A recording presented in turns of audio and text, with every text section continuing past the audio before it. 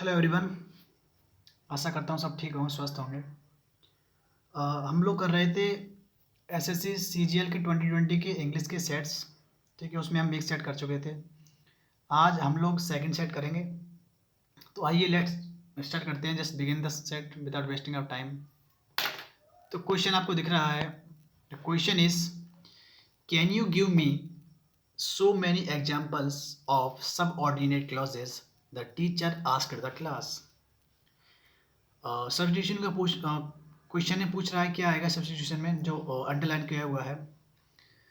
Question कह रहा है the teacher asked the class, teacher ने क्लास से कहा क्या आप मुझे सबऑर्डिनेट क्लॉज के सो मैनी मतलब बहुत अधिक एग्जाम्पल्स देंगे।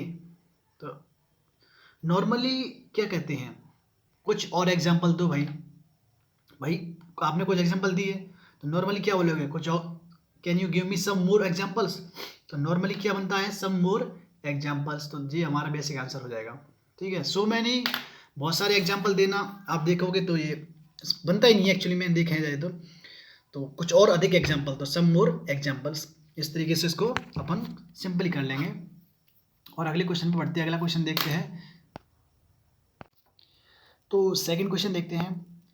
सेकंड क्वेश्चन देखिएगा हम लोगों को, दैट इज ऑफ नरेशन। ठीक है, तो डायरेक्ट इनडायरेक्ट मतलब नरेशन का क्वेश्चन है। इसमें हम लोगों को दो चीज़ ध्यान में रखनी है। इसमें दो चीज़ होती हैं, एक होता है रिपोर्टिंग स्पीच। कोई भी चीज़ कॉमा इन्वर्टेड कॉमा के अंदर लिखी हो उसको हम बोलते हैं रिपोर्टेड स्पीच। उसके बचा हुआ बोलता है, वो होता है रिपोर्टिंग वर्ब वाला पार्ट। तो ये बचा हुआ पार्ट है वो क्या कहलाएगा, रिपोर्टिंग वर्ब वाला पार्ट। ओके, एक चीज़ याद रखिए, रिपोर्टिंग स्पीच जो कि कॉमा इन्वर्टेड कॉमा के अंदर होता है, इसकी हमेशा वर्ब चेंज होती है। दो केस में नहीं होती है। पहला केस, जब रिपोर्टिंग स्पीच की वर्ब, किसकी वर्ब, रिपोर्टिंग जब रिपोर्टिंग वर्ब यानी कि आस्क्ड हो गया इसमें। ठीक है, यही तो रिपोर्टिंग वर्ब है, क्योंकि ये रिपोर्टिंग वर्ब का पार्ट था। इसमें वर्ब कौन सी है, आस्क्ड। अगर ये प्रेजेंट में हो तो इसका टेंस चेंज नहीं होगा। टेंस चेंज होने का मतलब ये है प्रेजेंट का पास्ट में होना। इस तरीके से टेंस चेंज होता है। ठीक है, और ये वाला जो फैक्ट है, अगर ये यूनिवर्सल फैक्ट है, मैंने पिछली वीडियो में बताया था, अगर ये दोनों कंडीशन बनती हैं तो इसका R S N reporting speech का टेंस चेंज नहीं होगा, अदरवाइज चेंज होगा। तो सेंटेंस में आप देख सकते हैं ये पास्ट में दी है, इसका मतलब जो इज है वो डेफिनेटली चेंज होने वाला है। जो इज है, इज हमेशा जाता है वॉज में। तो हम देखेंगे वॉज कहाँ पर है इफ के बाद, क्योंकि ये इंटरोगेटिव है। इंटरोगेट में जब कॉमा इन्वर्टेड कॉमा को उठाते हैं, तो दैट का प्रयोग नहीं करते हैं, इफ या वेदर का प्रयोग करते हैं। इसको याद रखो। इंटरोगेटिव सेंटेंस मतलब अगर रिपोर्टिंग स्पीच अपना है, ये इंटरोगेटिव सेंटेंस है, तो कॉमा इन्वर्टेड कॉमा को हटाते हैं तो इफ या वेदर का यूज़ करते हैं एज ए कंजक्शन, दैट का यूज़ नहीं करते हैं। उसने किसी में दैट दिया भी नहीं है। और इस जो हमारा जो हेल्पिंग वर्ब था, ये अब जाने वाला है वाज में, तो यहाँ पर हैड बिकम बन गया, तो ये तो डेफिनेटली गलत हो जाएगा। ऑप्शन को हमको एलिमिनेट करना सीखना है। विल भी कभी फ्यूचर में जा नहीं सकता, प्रेजेंट, ये भी गलत हो गया। प्रेजेंट रहेगा नहीं क्योंकि चेंज होना है इसमें। इसमें क्या है, वाज, इसलिए सही हो गया। कोई देखते हुए आपको चलना है, यहाँ पर प्रैक्टिस चल रही है, आप सही से समझें। ओके, अगला क्वेश्चन देख लेते हैं अपना क्या है। अगला क्वेश्चन है इनकरेक्टली स्पेल्ड वर्ड। मतलब चार वर्ड दिए हैं आपको, इसमें से आपको इनकरेक्टली वर्ड छांटना है। इसका मतलब एक वर्ड क्या है, सही है। इनकरेक्टली स्पेल्ड वर्ड मतलब चार वर्ड्स दिए हैं उसमें से एक गलत है। इनकरेक्टली मतलब गलत छांटना है, तो ऑब्वियस सी बात है। अलॉटमेंट ये कैसा वर्ड है, एक मिस स्पेल्ड है। ठीक है, आगे बढ़ते हैं और चार वर्ड सही हैं। हाँ, अरे तो इसमें हमने क्या देखा, अलॉटमेंट इज इन स्क्रेटिव वर्ड। तो अलॉटमेंट का स्पेलिंग बताना भूल गया, सॉरी। इसका इसमें डबल टी कर दिया। इसमें होता है क्या, डबल एल होता है, A double L O T. A lot means क्या होता है, किसी चीज़ को आवंटन प्रदान करना, तो अलॉटमेंट। इसमें डबल टी कर दिया है तो ऐसी स्पेलिंग बनाता है वो। ठीक है, अलॉटमेंट इसका स्पेलिंग सही हो जाएगा। इसमें डबल एल होता है, दो बार एल आता है, इसमें डबल टी कर दिया, इसलिए ये गलत है। ओके, आगे बढ़ते हैं जी नेक्स्ट क्वेश्चन की ओर। नेक्स्ट क्वेश्चन अपना यहाँ बनता है। तो नेक्स्ट क्वेश्चन एक फाइंड एरर का है। ठीक है, इसमें क्या स्ट्रेटजी रहेगी वाली अपनी, हम एक एक पार्ट को अपने नॉलेज के अकॉर्डिंग देखते चलेंगे कि इसमें कोई एरर है कि नहीं है। तो पहला वर्ड देखेंगे हम, तो हमको यहाँ पर दिख जाएगा रिवर। द रिवर मतलब किसी नदी की बात हो रही है। अपीयर्स, इसका अपीयर्स क्या है, एक हेल्पिंग सॉरी मेन वर्ब है। रिवर सिंगुलर है, उसके हिसाब से अपीयर में एस लगना बिल्कुल सही है। अपीयर्स टू हैव बिल्कुल सही है, टू के बाद हैव आ सकता है। पहला पार्ट में कोई एरर हमको ऐसी दिखी नहीं। दूसरे पार्ट में आते हैं गॉट। हैव के बाद क्या आता है, हमेशा वर्ब का थर्ड फॉर्म, वो भी सही है गॉट।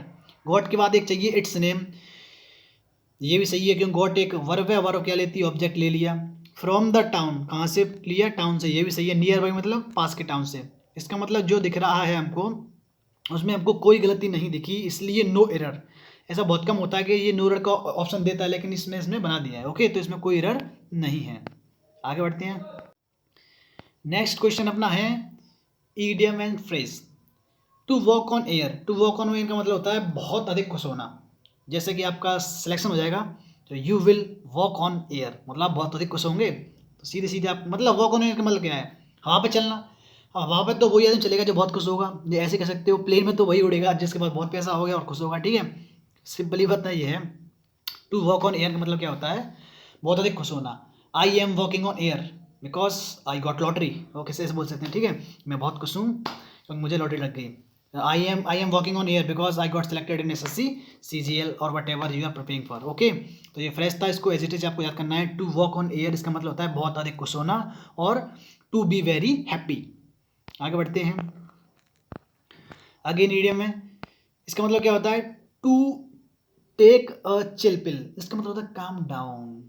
जैसे कि मान लो आपने CGL दिया, ठीक है, आपका गया और आपका रिजल्ट आने वाला है, तो आप क्या होगे, नर्वस हो भाई, क्या होने वाला, क्या होने वाला है।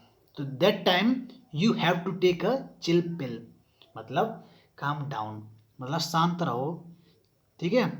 ठीक है, तुम्हें शांत बनाओ, काम डाउन, काम डाउन, शांत हो जाओ, शांत हो जाओ, ठीक है। तो शांत होना, शांत रहना, that is to take a chill pill. बोलते ना चिल रहे, चिल रहे, इसका मतलब क्या है, शांत रहना।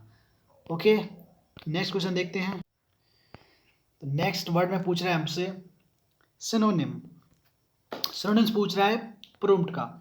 प्रोम्प्ट का मतलब होता है क्विक, हरी, मतलब जल्दबाजी या जल्दी, क्या चाहिए, जल्दी, ठीक है। तो क्विक का मतलब क्या होता है, जल्दी। आंसर क्या हो जाएगा, सीधा सीधा क्विक। स्लो का मतलब धीरा होता है, इसका अपोजिट होता है, एंटोनिम पूछता है, ये होता है। लेंदी का मतलब लंबा होता है। ग्रेजुअल का मतलब क्या होता है, धीरे धीरे, ठीक है। उसमें आपने देखा होगा रैट और यानी कि सॉरी खरगोश और कछुए की जो दौड़ होती है, उसमें क्या होता है, खरगोश पहले स्पीड से भागता है, लेकिन कछुआ ग्रेजुअली यानी धीरे धीरे आगे बढ़ता है। ऐसा बोला जाता है slow and steady win the race, धीरे धीरे निरंतर रूप से हम जीत जाते हैं। तो धीरे धीरे चलना है और निरंतर रूप से चलना है, ऐसे नहीं मैराथन, ये मैराथन है एक प्रकार का, ठीक है। भागते एक साथ भाग गए तो थक जाओगे। तो ग्रेजुअली मतलब धीरे धीरे, क्रम से, ठीक है। आगे देखते हैं भाई कौन सा क्वेश्चन है। Okay, the next question is, फिर से आ गया इनकरेक्ट स्पेशली वर्ड। ये मेंस में भी क्वेश्चन बनते हैं, प्रीव्यू क्वेश्चन बनते हैं, तो बहुत देखना कैसे कैसे बनाता है। इसमें मतलब लीजर, लीजर का मतलब क्या होता है, आराम। लेजर मतलब आराम, ठीक है। स्पेलिंग क्या, सिंसियर का मतलब क्या होता है, सच्चा, ईमानदार। ग्रीवियंसी का मतलब क्या होता है, आपका दुख, कष्ट, डालते हैं ना ग्रीवियंस SSC के लिए, मतलब आपको कष्ट है। सीज का मतलब क्या होता है, किसी चीज़ को जब्त कर लेना, कब्जा कर लेना, छीन लेना। लीजर का मतलब क्या होता है, आराम। इसकी सही स्पेलिंग क्या होती है, LEISURE,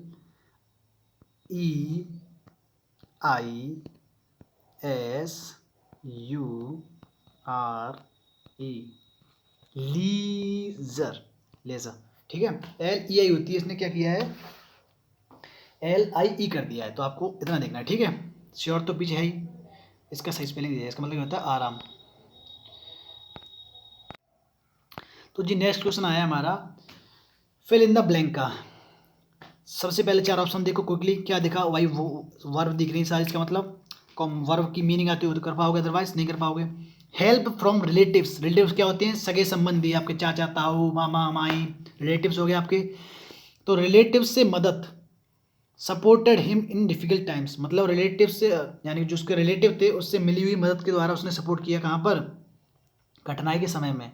और कोई बनेगा नहीं, पास मतलब क्या था, गुजरना, तो गुजरना तो बनेगा ही नहीं। अप्रूव माने सहमति देना, भाई डिफिकल्ट टाइम में अब रिलेटिव से सहमति नहीं मिलेगी ना अनुमति मिलेगी, क्या मिलेगा, केवल सपोर्ट, जिससे उसका क्या हो, डिफिकल्ट टाइम में उसको थोड़ी मदद मिले।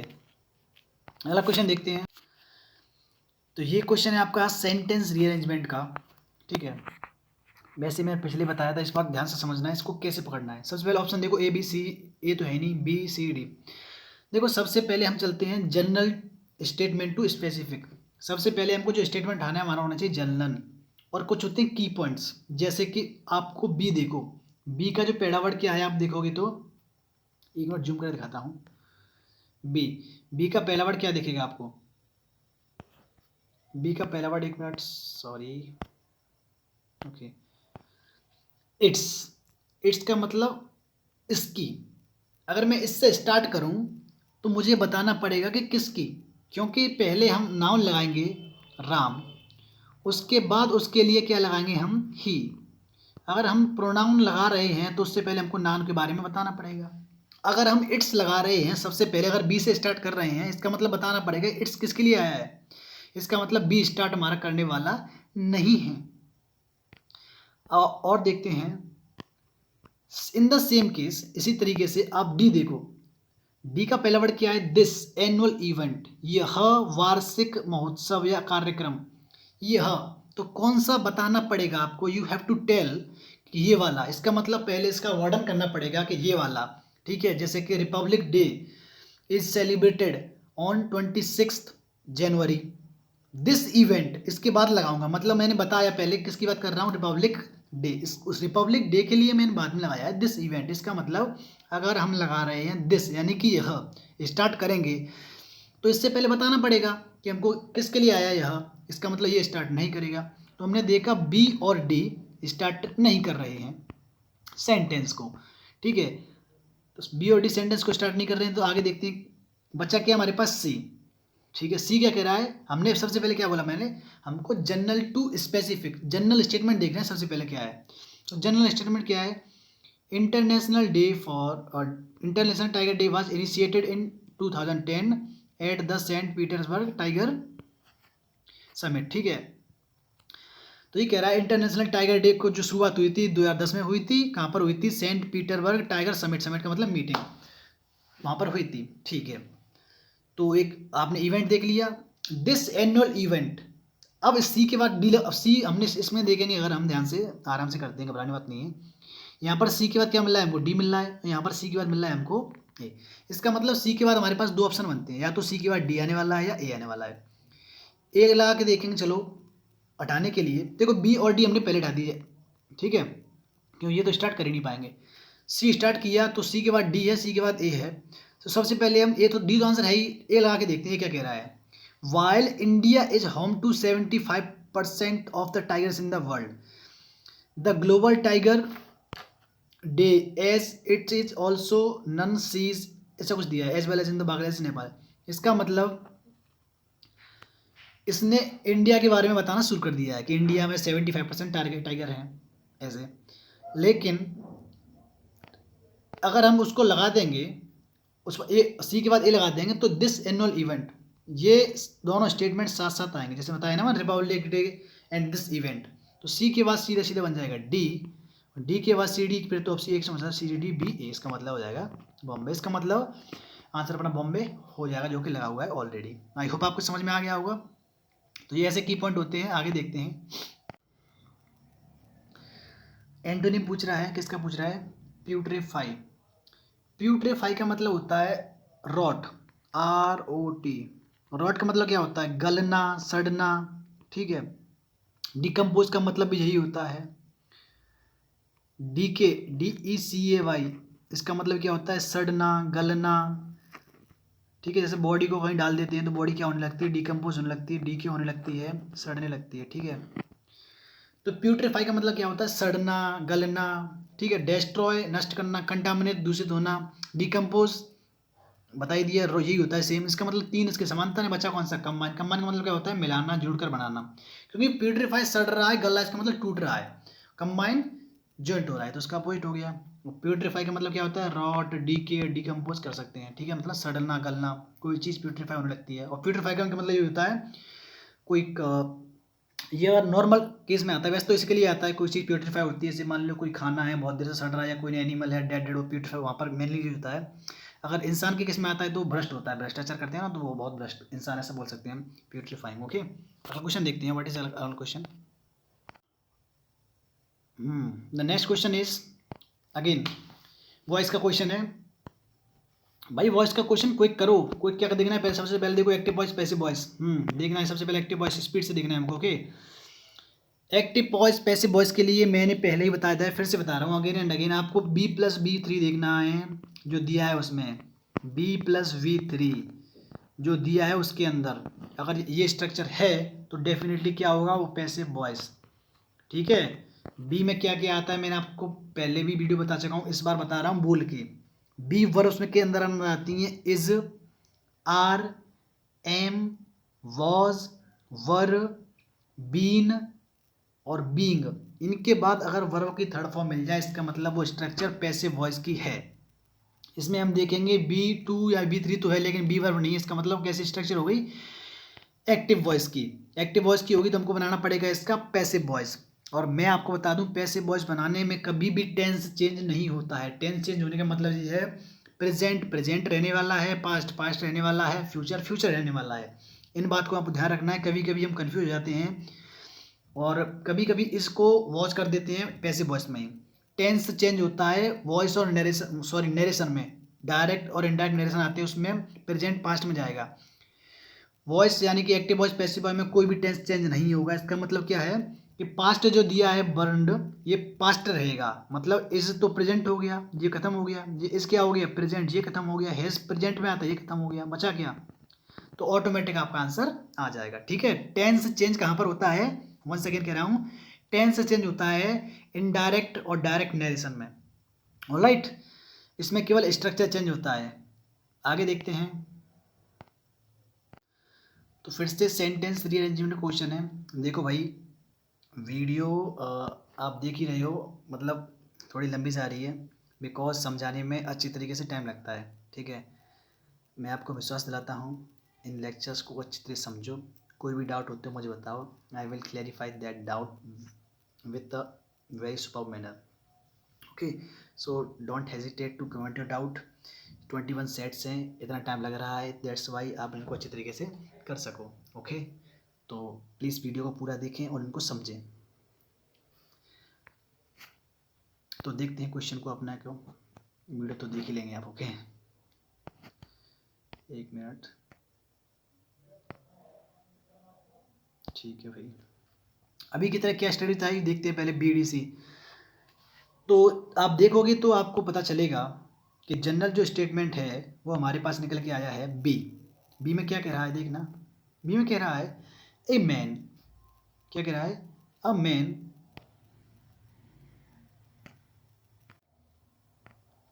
तो बी में आपको जनरल स्टेटमेंट देखिएगा, उसमें क्या कह रहा है, a man who had 2 daughters, एक आदमी जिसकी कितनी बेटी थी, 2, married to one a gardener and the other 2 potter, उसने एक की शादी किसने किसी गार्डनर यानी माली से और दूसरी पॉटर को क्या बोलते हैं कुम्हार से।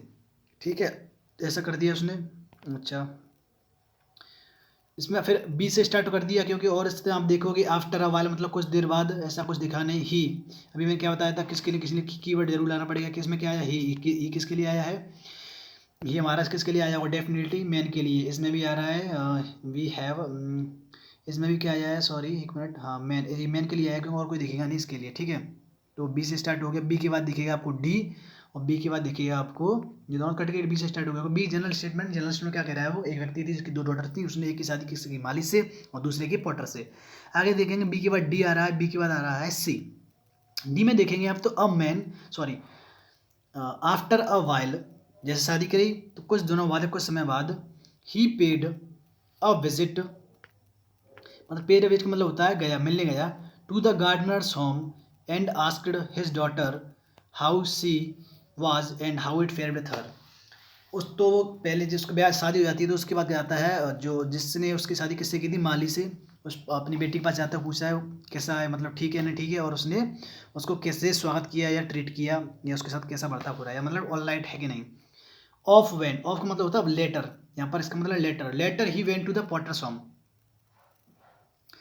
बस नहीं नहीं नहीं इसमें ये नहीं, ऑफ का मतलब ये तो हो गया, ठीक है, क्योंकि उसने पूछा his daughter how she was, वो कैसी थी, तो उसने क्या बोला, उसने इसका रिप्लाई यहाँ पर मिला है, सॉरी रिप्लाई तो दिया नहीं, ये मैं कह रहा है एक्सीलेंटली वेल सेड सी, उसने कहा बहुत अच्छा, we have everything that we want, हमारे पास सब कुछ है जो हम चाहते हैं, I have but one prayer that we may have a क्या लिखा है, एक minute, heavy storm of rain to water our plants, ठीक है। वो क्या कह रही है यहाँ पर, आप देखोगे उसके फादर ने उसके पूछा एंड आस्क्ड हिज डॉटर, और यहाँ पर उसने रिप्लाई किया, मतलब डी के बाद आपको तुरंत देना पड़ेगा क्या, ए, ठीक है। आज डॉक्टर आप पूछा, उसने रिप्लाई दिया, हमारे पास सब कुछ था लेकिन हम क्या चाहिए, हमको बहुत ज़्यादा पानी चाहिए, मतलब रेन चाहिए जिससे हमारे पौधों को पानी लग जाए। तो बी के बाद डी मिल गया, ए मिल गया, तो सी और इवेंचुअली एंड में आ जाएगा। तो आप होप समझ में आ गया होगा। आगे देखते हैं भाई। ओके, सिनोनिम्स है, सिनोनिम्स में क्या पूछ रहा है, सिनोनिम्स पूछ रहा है हमारा डेडिकेटेड का मतलब क्या होता है। डेडिकेट मतलब किसी चीज़ को आपने ठान लिया है कि मुझे वो करना है, इसका मतलब समर्पण, समर्पित। कमिटेड का मतलब क्या होता है, संकल्प करना यानी समर्पित, ठीक है। इसका सिनोनिम सीधा सीधा ये हो जाएगा। टेडियस का मतलब क्या होता है, टायर्ड यानी कि थका हुआ, TIRED यानी टायर्ड में थका हुआ। ड्रियरी का मतलब भी क्या होता है, टायर्ड थका हुआ, तो दोनों ये तीनों एक साथ मिल जाएंगे, ठीक है। टीडियस, ड्रियरी और टायर्ड थका हुआ। बोरिंग का मतलब आप जानते हो क्या होता है, डल, बोरिंग, ठीक है, अनइंटरेस्टिंग। इसके लिए वर्ड लिखना चाह सकते हो तो लिख सकते हो, एक आता है मोनोटोनस, MONOTONOUS,